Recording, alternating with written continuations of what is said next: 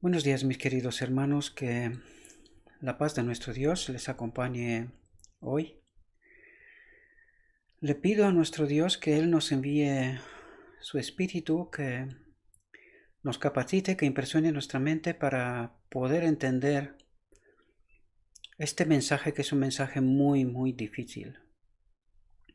Es una controversia casi desde el principio y creo que en realidad podríamos decir tranquilamente desde el cielo, ¿verdad? Hoy, tal como he prometido, voy a intentar dar unas pinceladas. Recalco, son unas pinceladas porque el tema da para hablar muchas horas en realidad y muchísimos textos. He traído, vais a ver que hay muchos textos.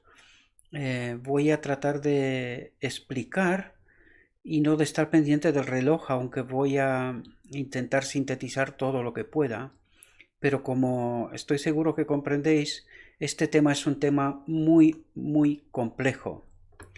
Pero vamos a tratar de entenderlo, como he dicho, en pinceladas, en grandes rasgos, crear una línea de tiempo de algún modo y tratar de entender realidades que no son fáciles de entender, ¿verdad?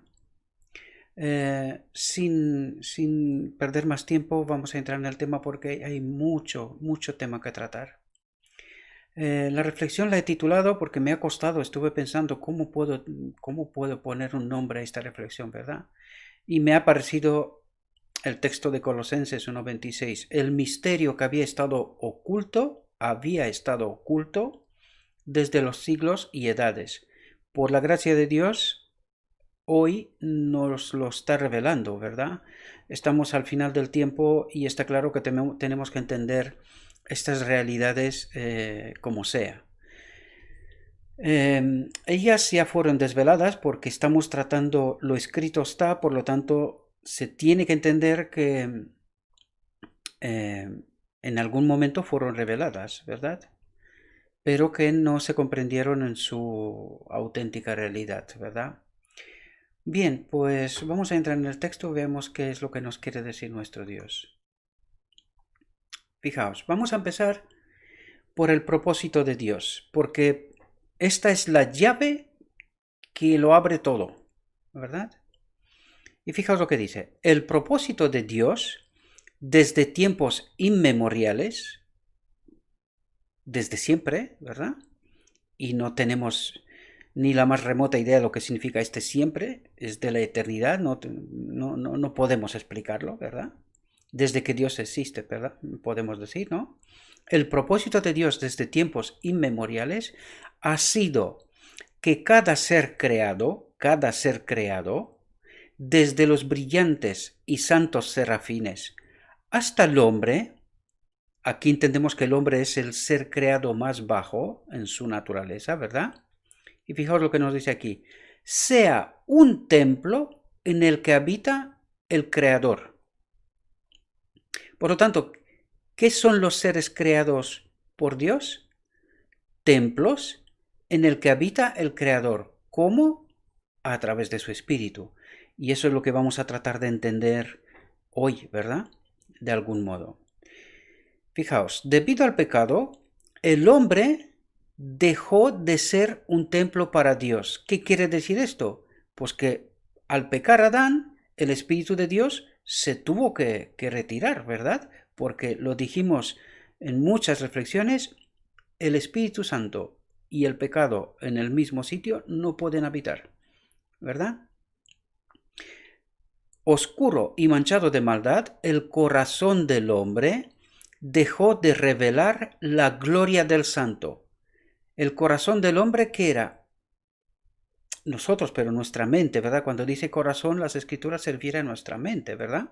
Por lo tanto, dice, la mente de hombre dejó de revelar la gloria del Santo, del Padre, ¿verdad? Aquí vamos a tener que entender una cuestión y os la tengo que decir desde el principio porque si no, esto va a ser, o sea, nos va a costar. Este no es un mensaje fácil y no es fácil, por eso dice que había estado oculto, ¿verdad? Este misterio había estado oculto desde los siglos y edades. No es fácil comprender este asunto. ¿verdad? Pero aquí debemos entender claramente, el Padre y el Hijo siempre han estado juntos, siempre. En todo lo creado, el Padre y el Hijo siempre han estado juntos. Si entendemos este asunto, nos resultará más fácil comprender los demás aspectos, ¿verdad? Lo digo desde el inicio para que lo tengamos claro, porque si no vamos a tener un problema, ¿verdad? Nos crea un lío cuando hace distintas afirmaciones y claro, no te desubica, ¿verdad? Pero fijaos lo que nos dice ahora aquí. Pero a través de la encarnación del Hijo de Dios, el propósito del cielo se realiza nuevamente. Y lo dice a través de la encarnación. Quiere decir que aquí en la encarnación ha pasado algo. ¿Vale? El propósito de Dios, el propósito del cielo, se realiza nuevamente. ¿Cuál es ese propósito? Dios, el Padre, ¿verdad? Dios habita en el cuerpo humano y por la gracia el corazón se convierte nuevamente en su templo, ¿verdad? Vamos a entender porque aquí hay mucha teología en realidad, ¿verdad? ¿Por qué dice que a través de la encarnación del Hijo de Dios el propósito del cielo se realiza nuevamente, ¿verdad? Dios habita en el cuerpo humano por la gracia y el corazón se convierte nuevamente en su templo. Este es un tema que vale la pena reflexionar muchísimo. Este texto, que está el deseo de las gentes 161, creo que es del inglés, si no me equivoco, 180 debe de estar en español, no estoy muy seguro, pero por ahí debe de estar, o a lo mejor está en español, no me acuerdo exactamente ahora, ¿vale? Este texto os recomiendo que reflexionéis todo lo que podáis sobre él, porque es la llave de muchas cosas, ¿sí? Y fijaos, vamos a entrar en el asunto para entender detalles, ¿sí? En la creación del hombre se manifestó la intervención de un Dios personal. ¿Qué es lo que quiere decir aquí? Que el Espíritu del Padre para nosotros es un Dios personal. Es decir, al poner su Espíritu en nosotros, se convierte en un Dios personal. Eso es lo que nos quiere decir. En la creación del hombre, se manifestó la intervención de un Dios personal. Cuando hizo al hombre a su imagen, cuando dice a su imagen se refiere a su carácter, ¿verdad? A su carácter, ¿verdad? El cuerpo humano era perfecto en todos sus detalles. El cuerpo humano era perfecto en todos sus detalles, pero sin vida. Y fijaos lo que hace ahora. Y ahí podemos entender, o sea, es el inicio de todo el proceso, ¿verdad? Entonces, ese Dios personal, existente de por sí, nos habla del Padre, ¿verdad? Padre y el Hijo estaban juntos, lo dijimos, esa es la clave para entenderlo, estaban juntos siempre. Sopló en ese cuerpo el aliento de vida y el hombre llegó a ser un ser vivo e inteligente que respiraba. Por lo tanto, quiere decir, el cuerpo sin el soplo de vida de Dios, sin su espíritu en nosotros, eso es este soplo de vida, su espíritu en nosotros, ¿verdad? Es inerte, es un cuerpo muerto, ¿verdad? Pero cuando se produce esta unión, el soplo de Dios y ese cuerpo perfecto en todos sus detalles, cobra vida. Entonces, ¿entendéis cuál era la naturaleza de Adán? Ese cuerpo inerte, sin vida, y con el soplo o el espíritu de Dios que le hace cobrar vida, es divino humano, ¿verdad? Este micrófono no me deja mucho para manejarme, pero en fin, voy a intentar hacerlo como puedo. Pues esta unión crea el ser Adán divino humano, ¿verdad? Porque la naturaleza divina estaba en él.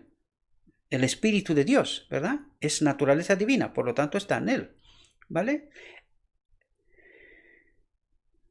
todas las partes del organismo humano entraron en acción.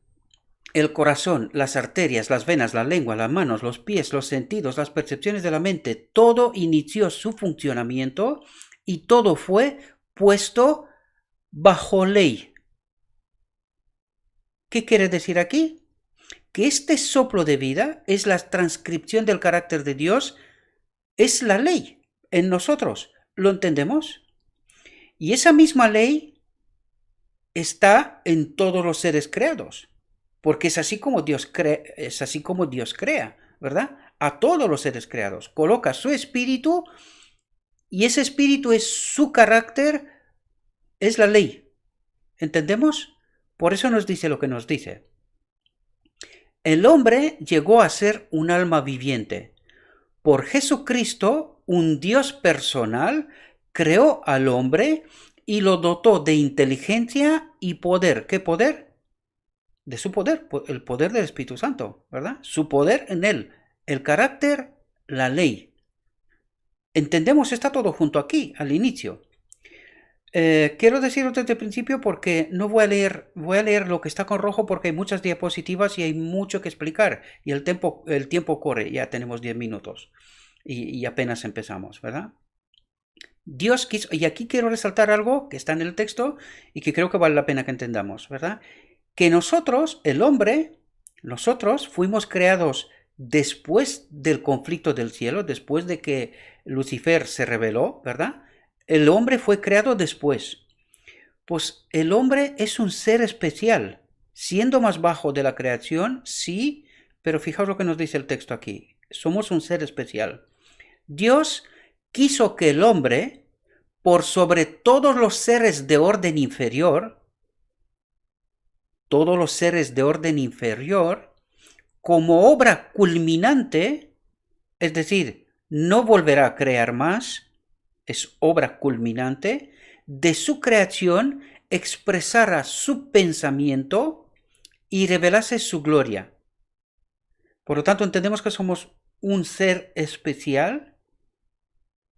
Dice, vamos a leerlo de nuevo.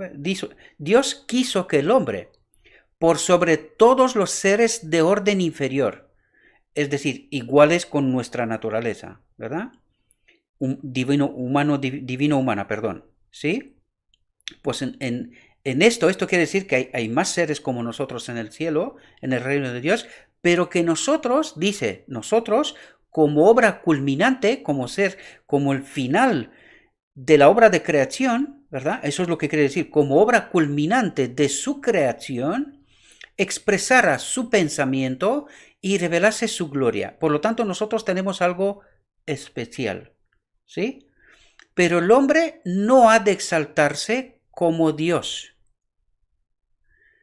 Esto nos lo pone para que no caigamos en esta trampa que en realidad en ella cayó Lucifer en el cielo, ¿sí?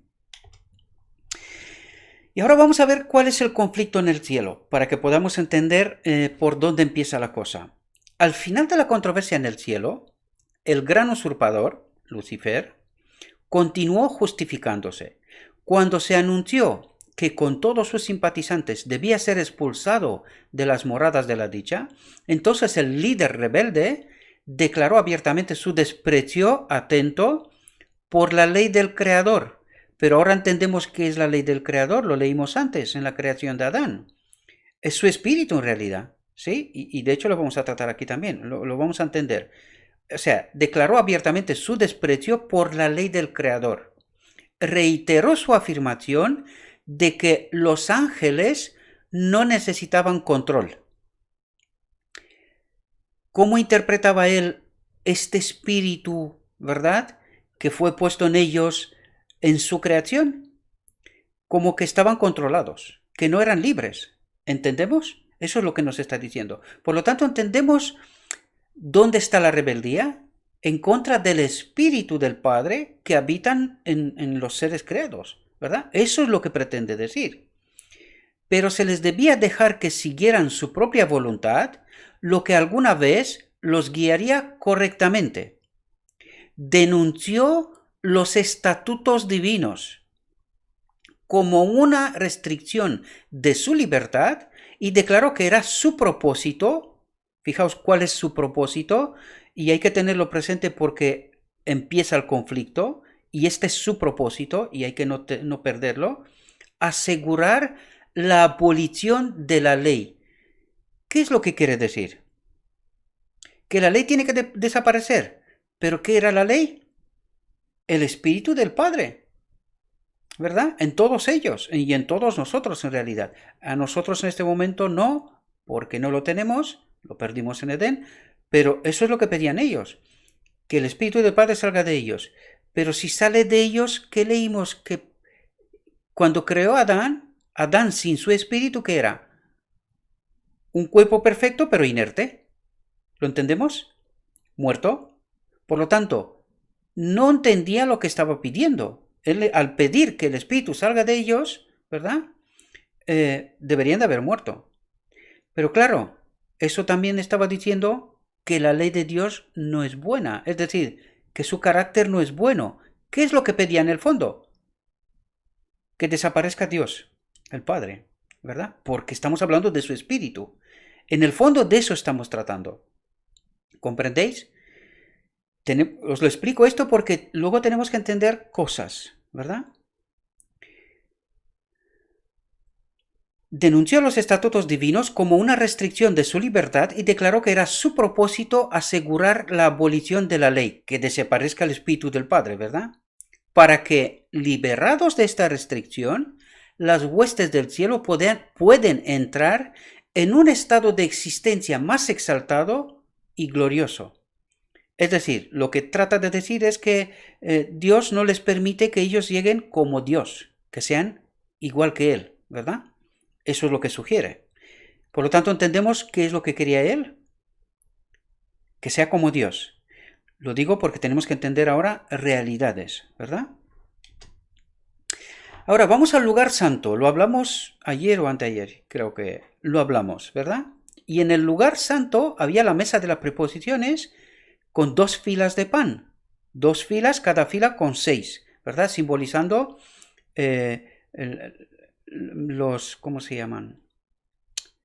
Las 12 tribus de Israel, ¿verdad? 6 y 6. Una fila representa al Padre, otra fila representa al Hijo. Por lo tanto, y nos da 2 coronas alrededor, si os fijáis, ¿verdad? Hay 2 coronas, una exterior y otra interior. Por lo tanto, está simbolizando al Padre y al Hijo.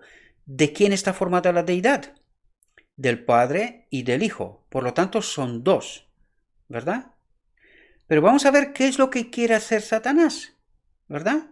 Porque, recordáis en el texto anterior, él quería llegar a ser como Dios. En realidad, ¿qué es lo que quería hacer? Pues fijaos, la Biblia nos habla de ese número 666, ¿verdad?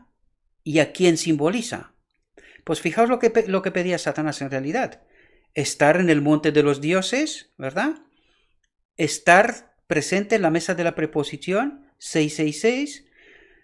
Pero ahora vamos a ver cómo consigue él, porque recordad, él lo que persigue es abolir esa ley de Dios.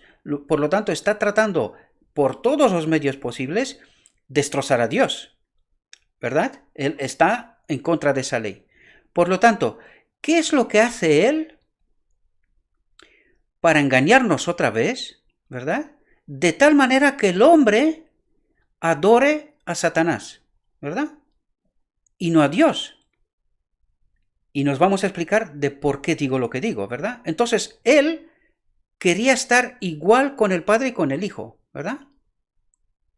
Y podemos entender la mesa de las proposiciones, 6, 6 y el 6 y 3 filas, 3 seres divinos, eso es lo que sugiere. Por lo tanto, ¿qué es lo que sugiere la doctrina de la Trinidad?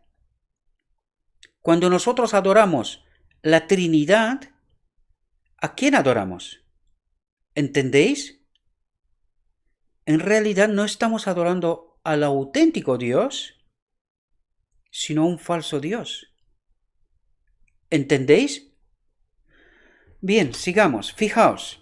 El texto de ayer, por eso os dije yo que es un texto revelador. sumamente importante. Dice, por medio de falsas teorías, doctrinas, entiéndase, ¿verdad? Y tradiciones antiguas, es como Satanás obtiene su poder sobre la mente. Por lo tanto, cuando nosotros adoramos la Trinidad, ¿a quién estamos adorando? ¿Lo entendéis ahora? Porque en realidad la divinidad es el Padre y el Hijo. Y cuando nos referimos al Espíritu Santo, podemos entender qué es ese Espíritu, que es el Espíritu del Padre que habita en todos los seres creados. Por lo tanto, no es un Dios en sí mismo, sino que es Dios el Padre, ¿verdad? Y vais a ver que vamos a encontrar texto que también dice que este Espíritu es de Cristo también. Por lo tanto, es un Espíritu exactamente como decían nuestros pioneros adventistas, es el Espíritu del Padre y el Espíritu del Hijo. Como han estado juntos siempre, este Espíritu es de ellos.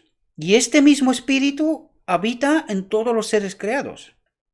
Pero no es un Dios en sí mismo. ¿Comprendemos? Sino que es el Espíritu del Padre. Vamos a encontrar un texto donde nos dice que el Padre es Espíritu, ¿verdad? Entonces, ¿cómo podemos explicar nosotros esto? No tenemos ninguna referencia como para poder entender esto. Por eso os he dicho que es muy complejo, pero lo que sí que nos es revelado, eso sí que podemos explicarlo y entenderlo, ¿verdad? Por lo tanto, ¿entendemos lo que está tratando Satanás de hacer? A través de esa doctrina de la Trinidad que ya viene de lejos, de Babilonia, y que el cristianismo moderno la ha adoptado como doctrina de cabecera, ¿verdad? Pues nos está engañando a todos. Todos aquellos que reconocen una Trinidad, en realidad están adorando a un falso Dios, ¿verdad? Bien, vamos a ver, una vez que el conflicto sale en el cielo y Adán es engañado y peca, ¿verdad? Pues tiene que entrar en acción ese plan de salvación hecho en el cielo, ¿verdad? Entonces vamos a ver qué es lo que hace Cristo, ¿verdad? Porque Satanás al decir que la ley de Dios no es buena, esta ley en principio debería de desaparecer.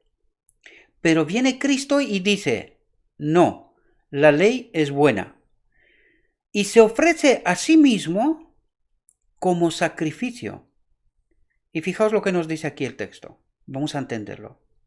Al consentir en convertirse en hombre, Cristo manifestó una humildad que es la maravilla de las inteligencias celestiales. Es decir, todos los seres celestiales, los que no habían caído en pecado, se quedan maravillados, impactados, no se lo pueden creer, ¿verdad? Que Jesús, siendo Dios en su naturaleza, se rebaja y se hace hombre. Su naturaleza, como la de Adán, divino, humana, ¿verdad? Esta es su naturaleza, la naturaleza más baja de la creación, ¿sí? Lo vimos en el texto de inicio, ¿verdad? Cristo manifestó una humildad que es la maravilla de las inteligencias celestiales. El acto de consentir en ser hombre no habría sido una humillación si no hubiera sido por la excelsa preexistencia de Cristo. ¿Qué quiere decir aquí? Que Cristo se ofreció como ofrenda de sacrificio, ¿verdad? Como rescate desde cuando se creó el plan de salvación. Y el plan de salvación fue creado con anterioridad, ¿verdad? Porque allí empezó el conflicto también, ¿verdad? Cuando Padre sale y reconoce a Cristo como igual que como Él, ¿verdad? Como Dios. Y ahí empieza el conflicto con Lucifer, ¿sí? Por lo tanto, Cristo se rebaja a nuestra naturaleza para demostrar que la ley de Dios es buena. Renuncia a su naturaleza exclusivamente divina como precio por el pecado, ¿sí? Y viene a vivir la vida de Adán, pasar las pruebas que tuvo que pasar, ¿verdad? para rescatar al hombre de esta condenación bajo la cual nos metió Adán al pecar, ¿verdad? Entonces, esa condenación del pecado cayó sobre toda la humanidad. Bien, pues Cristo viene y con su vida, ¿verdad? Sin pecado, en la misma naturaleza que Adán, demuestra que la ley es buena, ¿verdad? Y al demostrar que la ley es buena, vencer a Satanás, ¿verdad? Pues le quita el dominio sobre la tierra, ¿verdad? El dominio que le había quitado a Adán. Y también debemos de entender que cuando Adán cayó en Edén, él quedó separado del Espíritu del Padre, ¿verdad? Bien, pues en el Pentecostés, es decir, al vencer Cristo y al levantar esta condenación de sobre la humanidad, nos vuelve a dar acceso de nuevo a su Espíritu. Pero claro, ahora nuestra condición es caída, pecaminosa. Por lo tanto, necesita purificación porque el Espíritu del Padre no puede habitar aquí mientras hay pecado. ¿Comprendemos? Es decir, debemos de ser restaurados a esa condición de Adán para que el Espíritu pueda volver en su templo. Por eso hablamos tanto de Daniel 8:14 y de la purificación del templo y del final del día de la expiación cuando el Espíritu del Padre vuelve a habitar de nuevo en nosotros. Y por eso Cristo es el ejemplo, porque el Espíritu del Padre habitó en él. Él es el ejemplo de cómo podemos vivir sin pecado y cómo podemos vencer, porque Él nos mandó este Espíritu en el Pentecostés, ¿verdad? Esto es muy complejo, pero intento daros pinceladas para que tengáis las líneas básicas para que se pueda entender este asunto, ¿verdad? Sigo con el texto. Debemos abrir nuestro entendimiento para comprender que Cristo puso a un lado su manto real, su corona regia y su elevado mando. Es decir, renunció a su naturaleza divina, exclusivamente divina, y al mando del cielo, ¿verdad? En este mando, Él será restaurado, ¿verdad? Él recuperará el manto real, corona regia y elevado mando, pero no su naturaleza, porque es el precio por el pecado. ¿Entendéis? Este es el precio que tuvo que pagar. Aparte de que tuvo que morir en la cruz porque Satanás lo mató, ¿verdad? Al perder su dominio, al ser vencido, pues lo mató en la cruz, ¿verdad? Pero vais a ver que la expiación se cumple al final del día de la expiación. Y el precio por el pecado fue su naturaleza exclusivamente divina. Lo vais a ver, ¿verdad? Porque Satanás trató de engañarnos en todo, en falsas teorías y tradiciones, tratándonos de engañar en todo porque al no adorar correctamente a Dios, en realidad le estamos adorando a Él. ¿Comprendemos? Ese es el propósito que tiene. Y a través de esa falsa adoración, pues que les digamos, es decir, que no glorifiquemos a Dios y por lo tanto demostramos que no tiene razón.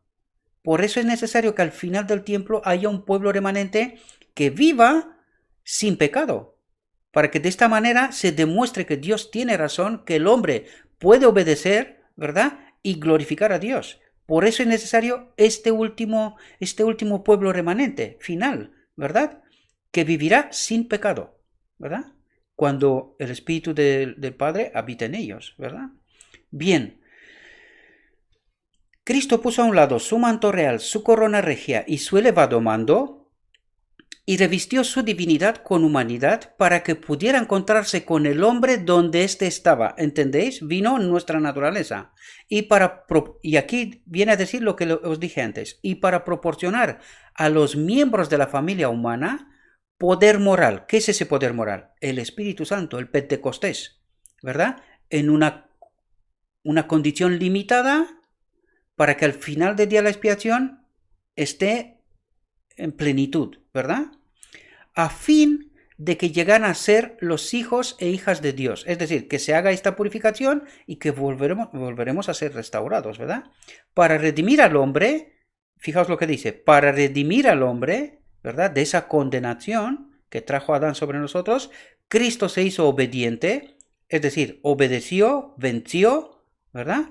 Hasta la muerte y muerte de cruz. Es decir, por esa demostración, por ese vencer, por ese no pecar, ¿verdad? Por esta demostración a través de su vida, pues él tuvo que pagar con el precio de su vida. Satanás lo mató, ¿verdad? Porque en realidad es lo que pretendía desde el principio, ¿verdad? Matar a Dios. Por eso estaba diciendo que salga del espíritu de nosotros, que no es bueno, ¿verdad? Eso es lo que estaba diciendo en esencia. Quería matar a Dios, pues lo hizo. Cuando tuvo oportunidad, lo hizo, ¿verdad? Mató a Cristo. La doctrina de la encarnación de Cristo en carne humana es un misterio. El misterio que había estado oculto desde los siglos y edades. Y de aquí surge también nuestro título, ¿verdad? Cristo tomó sobre sí la naturaleza humana, una naturaleza inferior a su naturaleza celestial. Por lo tanto, entendemos, he colocado este texto para que entendamos claramente que Él vino en la naturaleza de Adán, ¿verdad? No hay nada que demuestre tanto como esto la maravillosa condescendencia de Dios. Es decir, tuvo que renunciar a su naturaleza, ¿verdad?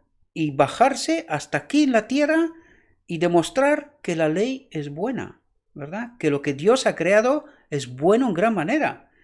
Es perfecto en realidad, ¿sí? De tal manera amó Dios al mundo que ha dado a su Hijo unigénito. Cristo no tomó la naturaleza humana en forma aparente, la tomó de verdad. En realidad, poseyó la naturaleza humana. Por cuanto los hijos participaron de carne y sangre, él también participó de lo mismo. Y aquí viene a poner la descendencia, ¿verdad? El hijo de María, de la simiente de David, de acuerdo con la ascendencia humana, se declara de él que era el hombre Cristo Jesús. Escribe Pablo, de tanto mayor gloria que Moisés es estimado digno Cristo, cuanto tiene mayor honra que la casa el que la hizo. Y fijaos, el Espíritu Santo, que procede del unigénito Hijo de Dios, ¿lo entendéis lo que os decía al principio? Porque este Espíritu es el Espíritu del Padre, el Espíritu de Cristo. ¿Y cómo se puede explicar esto? Hay que aceptarlo por fe, es que no hay otra. No hay forma de explicarlo más. Y por eso coloco este texto para que nos pongamos en correcta situación y entender que el Espíritu Santo procede del unigénito Hijo de Dios. ¿Lo comprendemos? Por lo tanto, no es un Dios en sí mismo, sino que procede del unigénito Hijo de Dios, ¿verdad? Une al ser humano, cuerpo, alma y espíritu, con la perfecta naturaleza de Cristo divino humana. Pero vais a ver que en realidad este Espíritu Santo que procede del Hijo de Dios, en realidad procede del Padre. ¿Entendéis? Mediante la fe, la naturaleza humana queda asimilada con la naturaleza de Cristo. Y dice, en Cristo somos hechos uno con Dios. ¿Cómo? A través del Espíritu. Por lo tanto, entendemos que este Espíritu es el Espíritu del Padre. Por eso dice, en Cristo somos hechos uno con Dios. ¿Cómo? A través del Espíritu. ¿Entendemos? Eso es lo que nos quiere decir. En su oración justo antes de su crucifixión declaró, he manifestado tu nombre, te he glorificado en la tierra, he terminado el trabajo que me diste que hiciera. ¿Cuál era el trabajo? Demostrar que la ley de Dios es buena y que de esta manera glorifica a Dios, ¿verdad? Y de eso nos trata de explicar aquí. Y por tanto podemos entender que la obra de Cristo terminó antes de la crucifixión y que lo que pasó en la cruz fue, lo matamos por ser justo, porque esto es lo que hace el pecado, ¿verdad? Pero todo esto surge del enemigo de Dios, para que lo entendamos bien, ¿verdad? Cuando se logró el objetivo de su misión, ¿cuál era el objetivo de su misión? La revelación de Dios al mundo. ¿Entendemos? La revelación de Dios al mundo. El Hijo de Dios anunció que su obra se había cumplido y que el carácter del Padre se manifestaba a los hombres. Es decir, vuelve a darnos derecho a estar conectados con su Espíritu, ¿verdad? De eso está hablando el texto. Entonces podemos entender que la obra de Cristo se terminó antes de la cruz, ¿verdad? La grandeza de Dios no es incomprensible. Y fijaos lo que dice aquí. Jehová tiene en el cielo su trono. Sin embargo, es omnipresente mediante su Espíritu. Por lo tanto, ¿de quién es el Espíritu? Es el Espíritu de Jehová, del Padre. ¿Entendemos? No es un ser independiente, sino que es la presencia del Padre, porque Él es Espíritu. ¿Comprendemos? La deidad es el autor de la naturaleza, y dice la deidad. Y vamos a ver quién es la deidad. ¿Vale? La deidad es el autor de la naturaleza.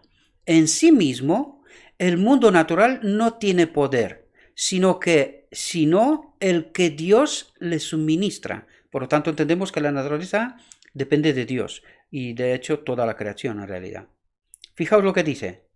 Hay un Dios personal, el Padre. Dice, un Dios personal. Hay un Cristo personal, el Hijo. Por lo tanto, tanto el Padre como Cristo son personales, míos, como a través del Espíritu. ¿Podemos entenderlo? No leo todo el texto, tenéis las referencias, os invito a que las leáis vosotros porque todavía nos quedan cosas por decir, ¿verdad?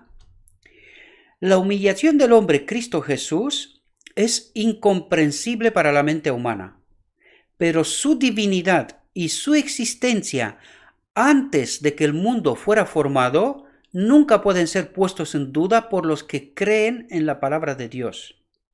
El apóstol Pablo habla de nuestro mediador, el unigénito Hijo de Dios, el cual, en un estado de gloria, en su naturaleza divina, ¿verdad?, era en la forma de Dios, el comandante de todas las huestes celestiales, y quien, cuando revistió su divinidad con humanidad, tomó sobre sí la forma de siervo. Es decir, cuando se rebajó de su naturaleza exclusivamente divina y se bajó y tomó sobre sí la naturaleza divino-humana. Entendemos, era la naturaleza de Adán. ¿Sí? Bien. Al consentir en convertirse en hombre, Cristo manifestó una humildad que es la maravilla de las inteligencias celestiales. El acto de consentir en ser hombre no habría sido una humillación si no hubiera sido por la excelsa preexistencia de Cristo. Debemos abrir nuestro entendimiento para comprender que Cristo puso a un lado su manto real, su corona regia y su elevado mando, y revistió su divinidad con humanidad, para que pudiera encontrarse con el hombre donde éste estaba, es decir, viene en la condición de Adán, y fijaos lo que dice aquí, y para proporcionar a los miembros de la familia humana poder moral, a fin de que llegaran a ser los hijos e hijas de Dios. Para redimir al hombre, Cristo se hizo obediente hasta la muerte y muerte de cruz. Y dice, se hizo obediente, es decir, demostró que la ley es buena. Y precisamente por demostrar esto, lo matamos, ¿verdad? Lo mató Satanás, pero ¿lo hizo a través de quién? Hay que ver qué pasó la crucifixión, ¿verdad? Pues lo matamos, eso es lo que hicimos, ¿verdad? La humanidad del Hijo de Dios, fijaos lo que dice, la humanidad del Hijo de Dios es todo para nosotros. Es decir, es el ejemplo más claro de que podemos, ¿verdad? Que podemos estar reconectados, ¿verdad? Es la cadena áurea que une nuestra alma con Cristo a través del Espíritu, ¿verdad? Y mediante Cristo con Dios el Padre. ¿Entendemos? ¿Entendemos? Es decir, cuando dice une nuestra alma con Cristo, es decir, esta es la obra de purificación, ¿verdad? El Espíritu Santo, el Espíritu de Cristo está con nosotros para esta obra de purificación. ¿Para qué? Para que al final del día de la expiación, mediante Cristo, estemos unidos con Dios. Es decir, que el mismo Espíritu del Padre pueda volver a habitar aquí. Antes no puede porque el Espíritu y el pecado no pueden habitar juntos. Tenemos que entender muy bien y tiene todo el sentido el plan de salvación. Cuando lo entiendes y lees todos esos textos te das cuenta de la auténtica realidad, ¿verdad? Espero que podáis entenderlo. No es un tema fácil, lo sé, lo sé. A mí tampoco no me resulta tan fácil explicarme, pero trato de hacerlo, porque quiero ayudaros que entendáis realidades, ¿verdad? Esto ha de ser nuestro estudio. Cristo fue un verdadero hombre. Dio prueba de su humildad al convertirse en hombre. Fijaos lo que dice aquí. Sin embargo, era Dios en la carne. ¿Por qué? Porque el Espíritu del Padre habitaba en él. Y porque era el Hijo de Dios también. ¿Vale? Tenemos que entenderlo desde esta perspectiva. ¿Vale? Después de que Cristo fue bautizado, se arrodilló en la ribera del Jordán y nunca antes el cielo había escuchado una oración tal como la que salió de sus divinos labios. Cristo tomó nuestra naturaleza sobre sí. Y fijaos lo que dice aquí. La gloria de Dios, ¿qué es la gloria de Dios? Su espíritu, la gloria de Dios, en la forma de una paloma de oro bruñido, descansó sobre él.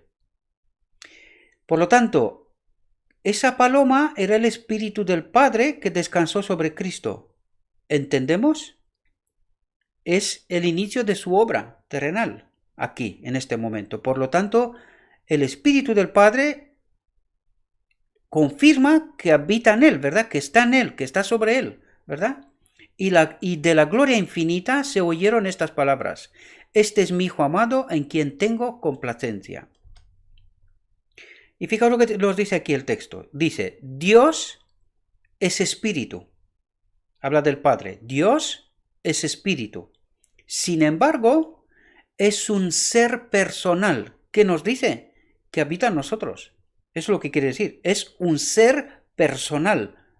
Para mí. Es un ser para mí. Personal. Pues el hombre fue hecho a su imagen. Es decir, al habitar el Espíritu de Dios en nosotros, tenemos su carácter. La ley está en nosotros. Por lo tanto, podemos vivir en perfecta armonía con su carácter. ¿Por qué? Porque Él está en nosotros. Dice, es un ser personal. Dios habita en nosotros. Eso es lo que nos quiere decir el texto. ¿Comprendéis? Y eso es lo que ocurrirá al final del día de la expiación. ¿Verdad? Vuelve a ser este ser personal. ¿Verdad? Que habita en mí. Si así lo quiero, ¿verdad? Fijaos, como ser personal, Dios se ha revelado en su Hijo. ¿Cómo? Habitando en él. ¿Lo entendemos? Y la misma imagen de su sustancia, uno semejante al Hijo del Hombre. ¿Entendemos? Como la luz del mundo, veló el esplendor deslumbrante de su divinidad y vino a vivir como hombre entre los hombres a fin de que ellos pudieran conocer a su Creador sin ser consumidos. ¿Entendéis por qué tenemos que ser limpiados? Porque fijaos lo que dice aquí. Vamos a leer el texto de nuevo porque aquí nos revela una verdad importantísima de por qué el Espíritu Santo no está en nosotros todavía. ¿Verdad? Porque seríamos consumidos, moriríamos. ¿Por qué? Porque estamos en naturaleza pecaminosa. Tiene que convertirse esta naturaleza. Y eso es lo que ocurre al final del día de la expiación. Vamos a leer el texto de nuevo. Dice, como la luz del mundo, como Cristo, como ser humano, ¿verdad? Veló el esplendor deslumbrante de su divinidad. Es decir, de ese espíritu que habitaba en él.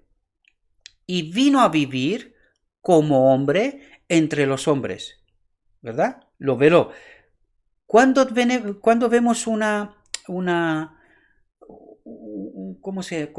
momento en cuanto se desvela su divinidad? En el monte de la transfiguración. Ahí se ve la divinidad, cuando se encuentra en el monte de la transfiguración, ¿verdad? Conocemos este hecho de lo que pasó ahí, ¿verdad? Pues en este momento ahí se quitó el velo y se vio su divinidad, ¿verdad? El espíritu que habitaba en él. Por lo tanto, veló el esplendor deslumbrante de su divinidad y vino a vivir como hombre entre los hombres a fin de que ellos pudieran conocer a su Creador. ¿Quién es su Creador? Se refiere al Padre, pero recordad que el Padre y el Hijo no han estado nunca separados, excepto en un solo momento, la cruz, porque si no Cristo no hubiese muerto, ¿verdad?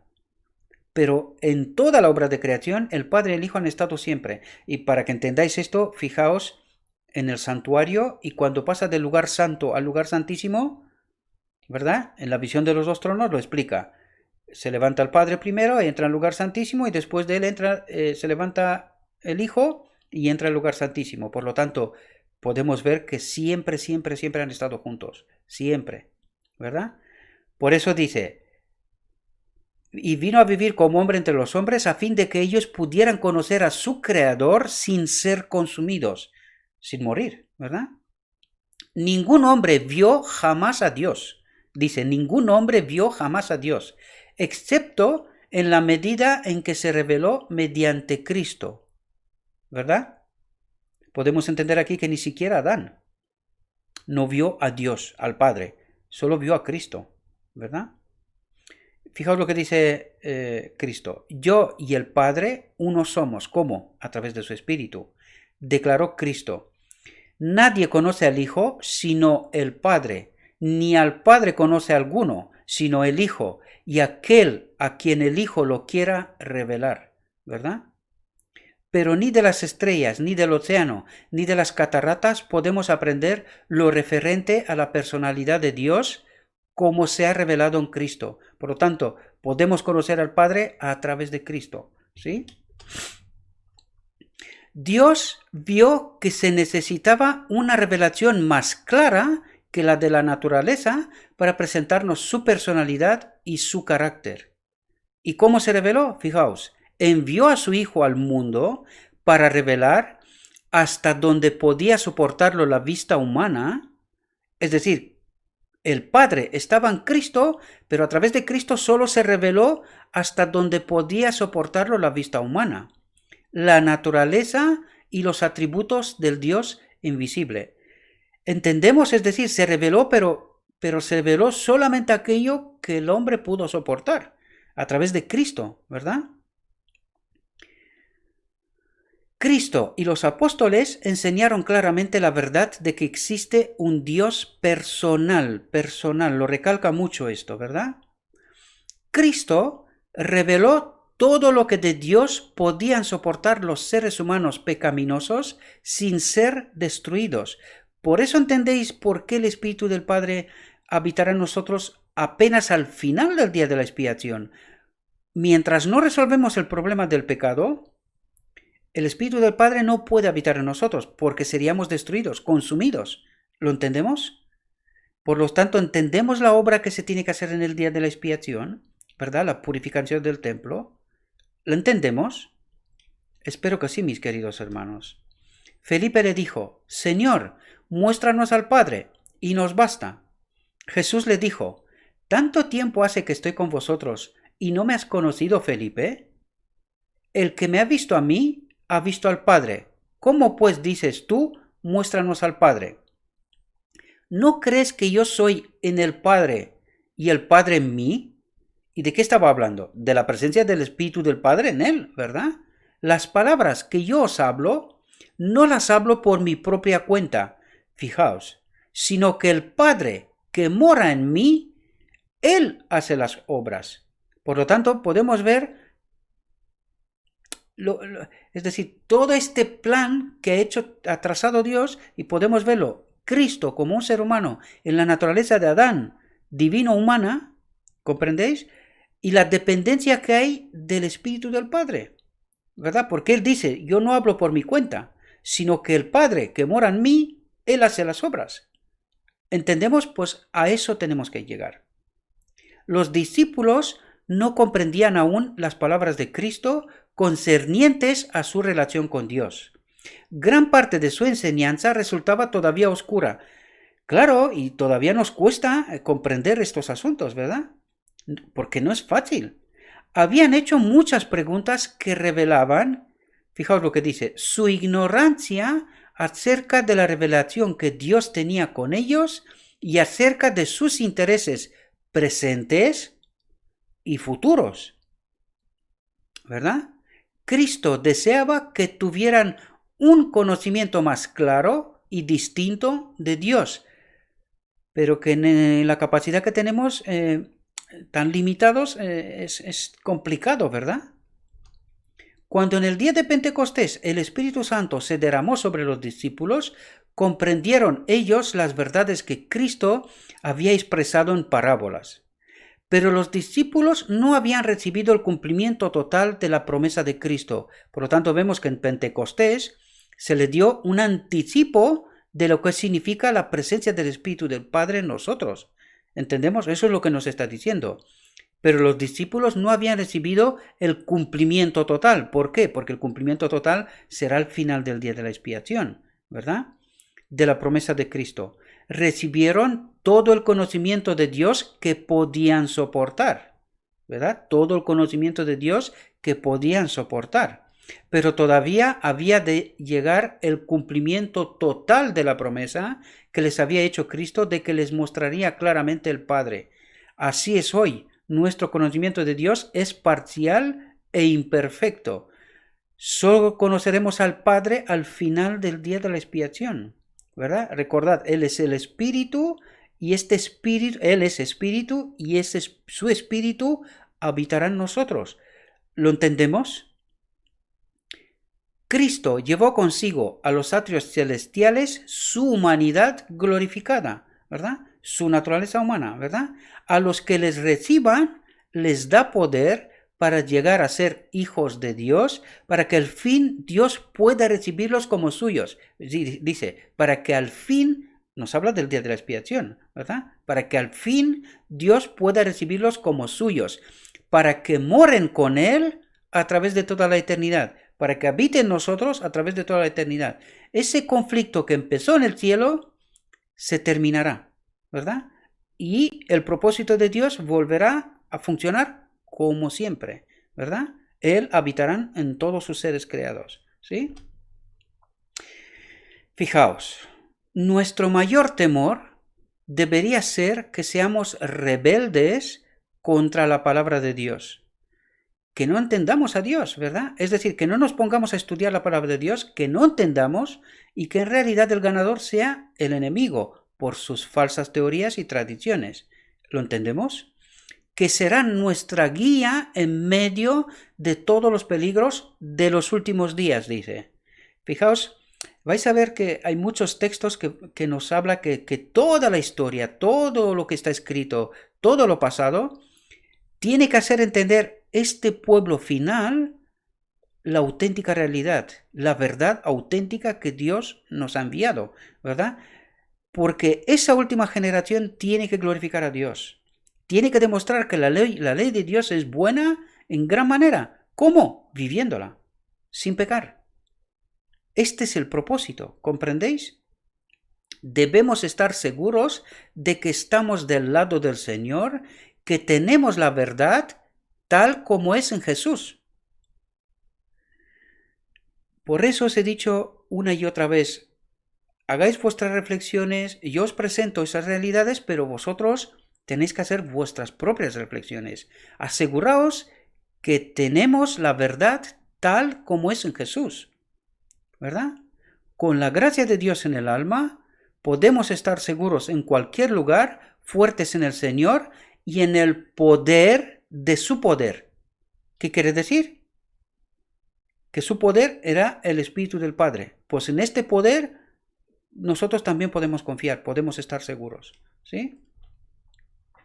Y fijaos el propósito para el cual vino Cristo. El Salvador asumió sobre sí las enfermedades de la humanidad y vivió una vida sin pecado para que los hombres no temieran que, debido a la debilidad de la naturaleza humana, no pudieran vencer. ¿Por qué? Pues porque al vencer Él nos conectó de nuevo con su Espíritu, para que a través de su Espíritu podamos vencer, ¿verdad? Eso es lo que nos trata de decir.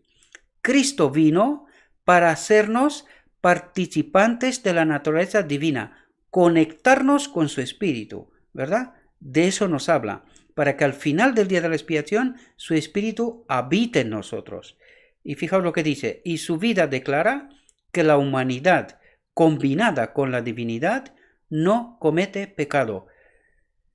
Este es el propósito de Dios, mis queridos hermanos, y es así como Dios creó su universo, su mundo, ¿verdad? Por decirlo de alguna manera. Un mundo perfecto en donde todos los seres creados viven conforme con su carácter. ¿Por qué? Porque su espíritu habita en nosotros, ¿verdad? Y esta es la garantía de un mundo feliz, de un mundo perfecto, de un mundo sin pecado. Espero, mis queridos hermanos, que esta reflexión, que ha sido tan condensada, tan densa, os pido disculpas porque no he podido y no tenía tiempo para acercarme a leer todos los textos, pero tenéis las referencias y os invito a que vosotros también. Hay mucho más texto, créanme. Me he encontrado mucho más texto, pero claro, eran 24 diapositivas. O sea, ¿cuánto había que poner? Pero espero que ahora habéis entendido esta realidad, ¿verdad? El misterio que había estado oculto desde los siglos y edades. De eso está tratando, queridos hermanos. Que su espíritu vuelva a habitar de nuevo en nosotros. Eso es lo que tiene que pasar al final del día de la expiación. Le pido a nuestro Dios que Él nos envíe su espíritu, impresione nuestra mente, nos capacite para poder entender este misterio, esas realidades que aquí tratamos de exponer vez tras vez, y que pongamos nuestra vida en orden a través de su espíritu y que nos encontremos todos en la boda del Cordero, en el Apocalipsis 19. Allí donde se producirá la expiación, se completará la expiación, donde la humanidad y la divinidad volverá como Adán en Edén, antes de pecar, para poder volver a su reino. Espero que os ha servido esta reflexión y os deseo, mis queridos hermanos, que tengáis un próspero día y que todo lo que os he dicho, os lo he dicho en nombre de Cristo Jesús. Amén.